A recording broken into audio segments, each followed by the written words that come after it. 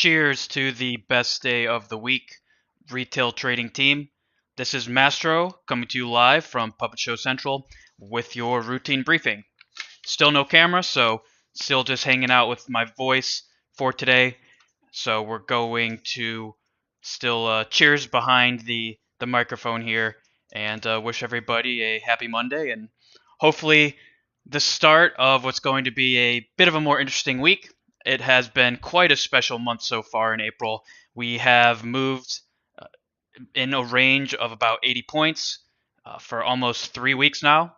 And if I just zoom out on my execution chart, you can just see how dramatic the complete lack of movement has been.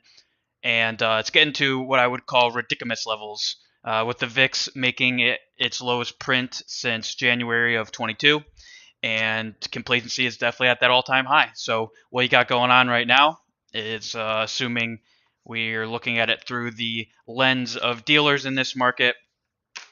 Lots of hedging where the futures are sold near the top of the range and then bought right back up at the bottom to kind of keep that delta and gamma neutrality in the option space so far. Yes, Mr. Juiceball. I also am wearing an ankle splint rather. Fortunately, I haven't gotten too chopped up. Just haven't gotten many trades, which is fine. But it's getting to the point now that it would be nice to make some money instead of just watch the paint dry.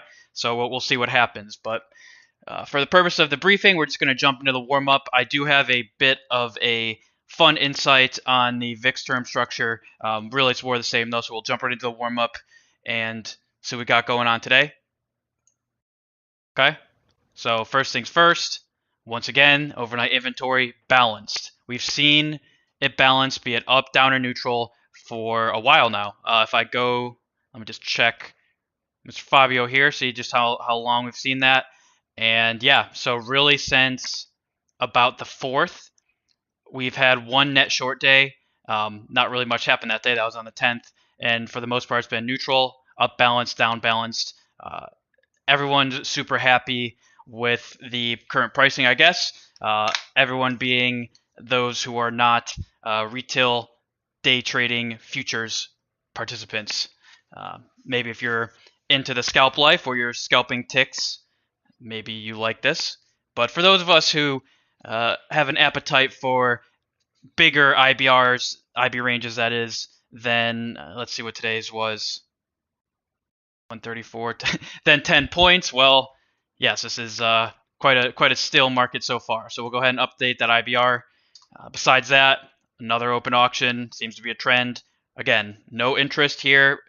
Really, in my opinion, between let's say 41.40 to 41.70 is really an untradeable zone for me right now. I will take this short if we pop it here and we start getting that breakdown looking toward that 40 area. It's kind of one of those low probability shorts. So the nice thing about this environment is stops are not too bad. So my day on Friday, for example, let's see if it'll show my order fills. That's kind of ugly though. Basically, my day Friday was I was up all day, and then that last little rally put me down on the day, but just barely. It's kind of been the trend, so to speak, in this trendless market. So anyways, so continuing going through the warm-up document here. Neutral TPO, once again, uncertainty, just nothing really going on. So I'm watching very closely on my execution chart now. We're trying to break below that overnight low. Again, I will take that potential breakdown play with a tight stop if they give it to us. So we'll see what happens here. We have about 40 seconds for confirmation. So until then, I'm not going to get my hopes up. So we'll see another 30 seconds what's going on. But I really need to see that close below 60. Actually below 59 for me to have the setup that I'm looking for there. So so on the document here, you can also just see that low volatility reflected in that N number, which is based on expected move. It's expected move times 0.25. So nothing too fancy there, but that's the lowest number I've seen all year. So again, we're really getting into that super tight, super unenthusiastic volatility.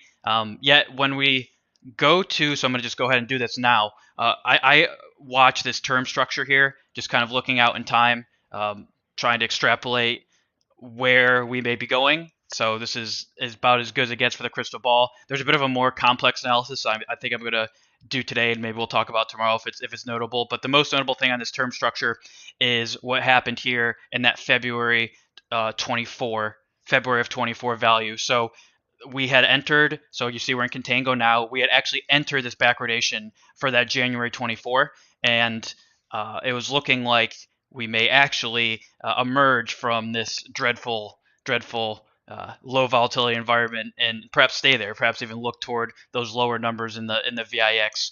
Yet, as of this weekend, at least that's when I noticed, we do see that contango is appearing in that February 24. Obviously, this is really a long way out. What's more important to us is what's going on in the contango over the front months here. But that was really interesting to me. So one bear hope on the horizon deep into 24 there, and I'll be watching that. And like I said, I'm gonna do a bit of analysis with this, see if I can't bring it in here.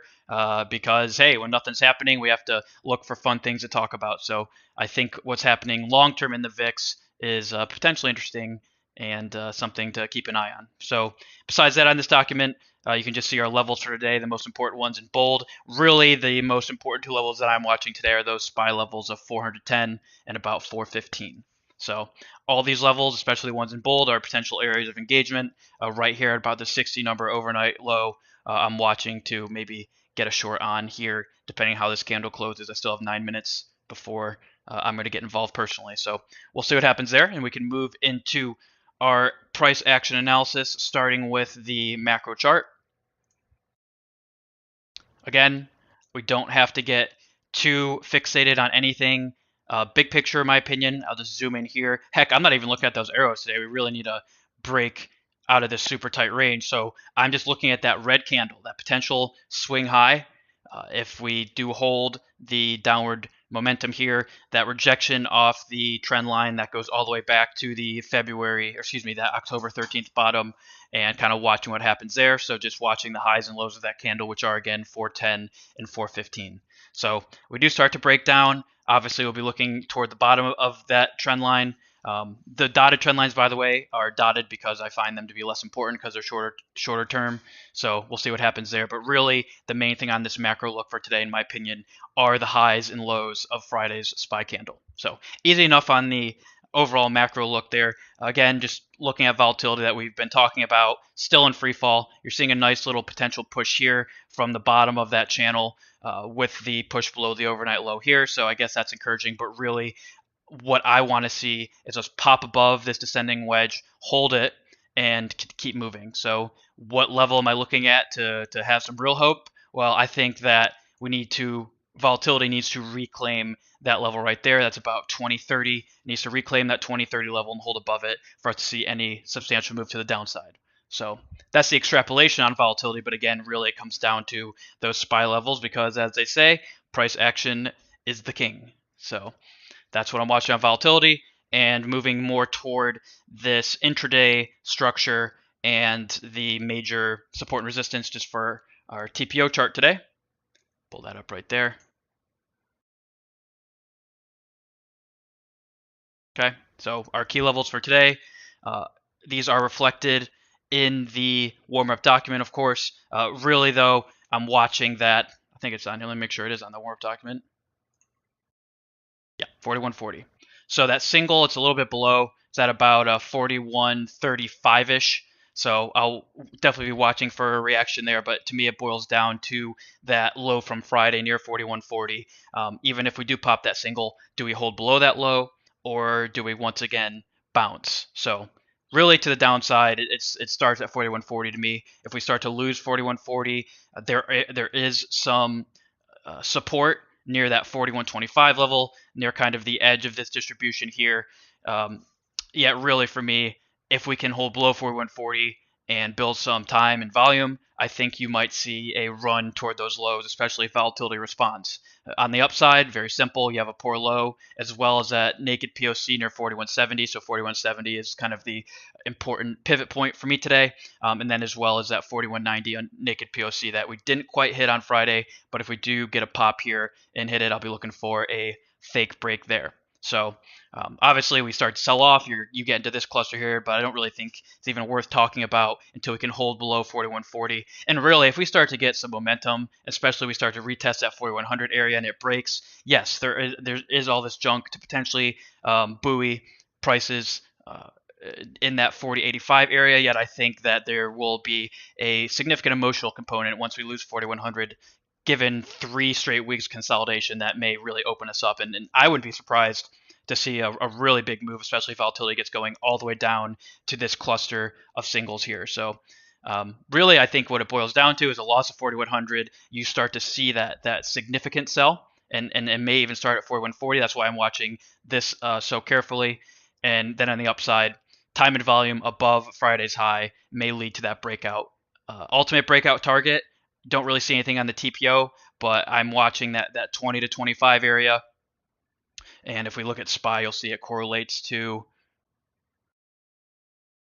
it correlates to kind of the top of this supply zone here, putting in possibly a fake break on the daily near 418 area. So those are kind of those breakouts as breakdown targets. Again, I'm not too concerned about that. I just want to go back to the warm-up document and focus on what I think is important for the rest of the day, which is going to be what happens around 410 to 415. As long as we're chopping in between, I do like plays around this overnight low. So if we get kind of a push here, I do like a potential fake break to the upside, and then we get a breakdown. I like the opposite to the downside. Lower probability trades until we lose 4140 though, or rebid it pretty good. So if I'm giving the most important levels, I'm going to say it one more time because I think it boils down to keeping tabs on 410, 415. All the 50 points of space in between is just noise, and I think we need to treat it as such. So it's going to be tight trading until we start to open up there, but the upside of that is we can keep our stops a little tighter as well. So we will see what happens around that.